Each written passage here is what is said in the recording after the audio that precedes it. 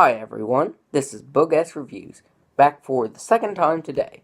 And today I'm going to be reviewing the Daughters of Thanos Gamora figure. So before we take a look at Gamora, let's take a look at the accessories that she comes with. And she came with the right leg of Mantis. So there you can see Mantis is all together, and I'll be doing a review on her tomorrow. First up, here's Gamora's sword. Now, this sword is really, really awesome. It's definitely an improvement over the first Guardians of the Galaxy Marvel Legends Gamora figure, because this sword just had no detail to it. It was flat, and I had to glue it in Gamora's hand. That way it would stay. Like, I lost this, like, 10 times, and finally, I just glued it in her hand. And you can see the difference.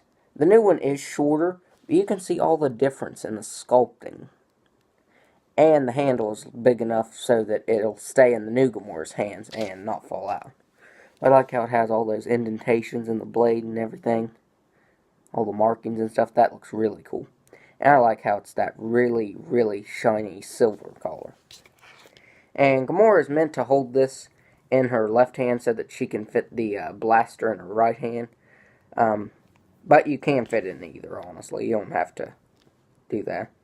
But I will go ahead and put it in her left hand for this review. That way I can put the blaster in her hand. Because she can actually stand with this huge blaster that I'll show in just a second. Kind of takes a little bit to get her to stand up. You kind of have to mess with it. But it's definitely still better than the first movie Gamora.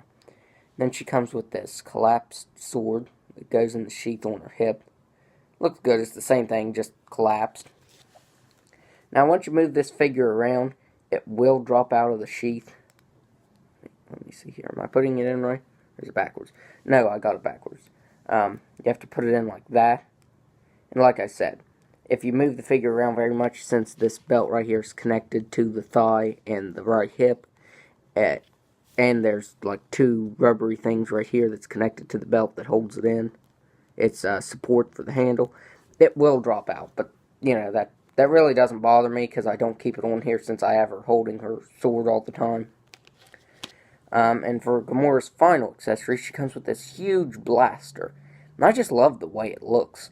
I like how it's that marbling, and it's that really dark silver color, and has that dry brushing of gunmetal over it. Looks really nice. I'm kind of like Star-Lord, though. Guns is his thing, and swords is Gamora's thing. I was just not a fan of her having a gun. Let me see here. There. And she can hold it perfectly. And she actually has a trigger finger for this blaster. Or this rifle, I should say. This, like, blaster rifle. She actually has a trigger finger for it, and that looks really nice. So there is Gamora holding both of her accessories, and let me try and get her stand up here. There. And you can see that she stands perfectly with both accessories, which is not an easy feat. So, now let's take a look at the head sculpt of the figure. Let me move her like that so that I can get her up to the camera. So, for the head sculpt, this looks so much like Zoe Saldana, it's not even funny. Like, Hasbro definitely did a better job than this first one I'm going to show. Here is the first one side by side with the new one. This one is just plain out scary. This looks like Zoe Saldana. Like, this one looks like a cosplayer, like some random cosplayer. And this one actually looks like Zoe Saldana as Gamora. I like how the tattoos, unlike the first one was dark green. Let me show it here again. The tattoos are really dark green and don't actually look right. And the new one has silver tattoos, like silverish green. Like, it's actually silver and green mixed together tattoos, which I think looks much better than that first one.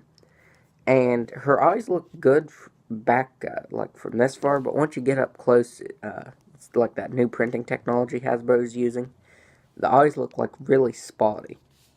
Like, they look like they were spray painted on. Kind of looks funny if you get up close, but looks fine from far away. I like the hair, too. I think the hair is much more accurate than the first one. How the hair is brown and then fades into that really bright red color. The first one was just too dark.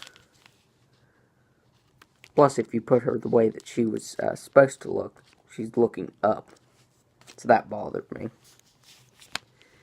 And see, I knew that would drop out once I started the review. But there's her jacket. And I thought this was actually just a reuse of the Scarlet Witch jacket from Captain America Civil War. But it's not. All of this figure is entirely new, which I really like. It's good to not reuse anything from a previous figure when this is a new version of the character. So I'm glad that Hasbro just used an entirely new mold for this. Now I think that her blouse was sticking out of this vest right here a little more in the movie. From the posters, that is. And her rings are sculpted and painted on, which looks really nice. It actually shows up too, so that's really nice. Like, you can tell. Let me just do that to get the camera to pick it up really good. That looks nice. And now my only complaint with this whole figure is she has a silver glove on her right hand. And you can see that.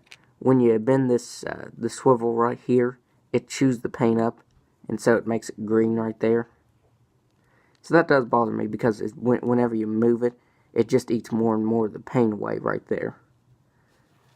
And looking at it like this, you can tell that it's getting green right there, and the silver's starting to wear off.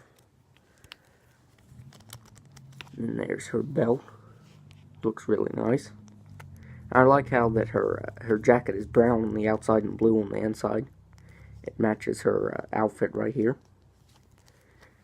And then not much more going on. She has these weird kind of heels going on with like holes to them. But that actually helps to stabilize the figure. Like the first Gamora here, let me show off here, had these kind of heels. And that made it so that she couldn't stand at all. That and her legs want to do this whenever you try and pose it. The joints were not good on this figure. But on this new figure, Hasbro definitely outdid that one. So I'm really glad we got an updated one of Gamora.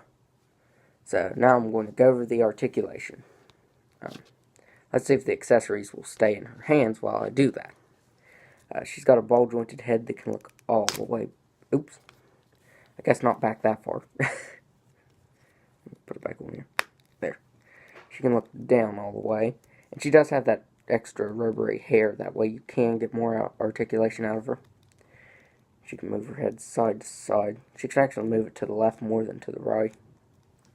She's got ball-jointed shoulders that can move out. There. Kind of moves out pretty hard. Like on the left shoulder, moves out pretty easy. And you actually have to kind of struggle with this right shoulder. She's got a single jointed elbow that's on a swivel. She's got a swivel at the wrist that can move up and down and side to side. Now, I would have preferred if she had double jointed elbows. I know Hasbro doesn't give us double jointed elbows with the female figures, but she could have been improved by having that so that she could at least hold her sword in two hands. That would have been good. But she's meant to hold this gun and the sword, but I don't know, I just don't like her like that. She's got a ball-jointed diaphragm that can move back all the way and down all the way. Kind of acts as an ab crunch, so that's good. She's got ball-jointed hips that can move out that far. She can kick forward all the way and back all the way. The jacket does not hinder that at all. She's got a swivel at the thigh, double-jointed knee, swivel at the ankle, which actually you can get a lot of range of motion from that, because you can get her doing that, so you can get her in a perfect crouching position. And it can move down all the way. And has a little bit of an ankle rocker. I think that would help to stabilize the figure more if it swiveled a little more inward, kind of like that. But still, this is a really great figure, and it definitely, the second I got this, it replaced that terrible version of Gamora. So now let's do some size comparisons here. So here is Gamora next to the first movie Gamora, which I probably won't be able to stand up here, so I'll just hold it like that.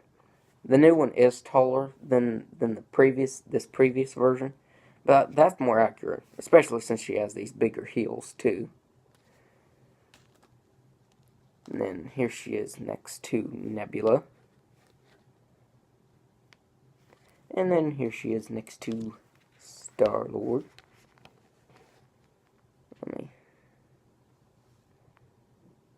There, he's kind of standing.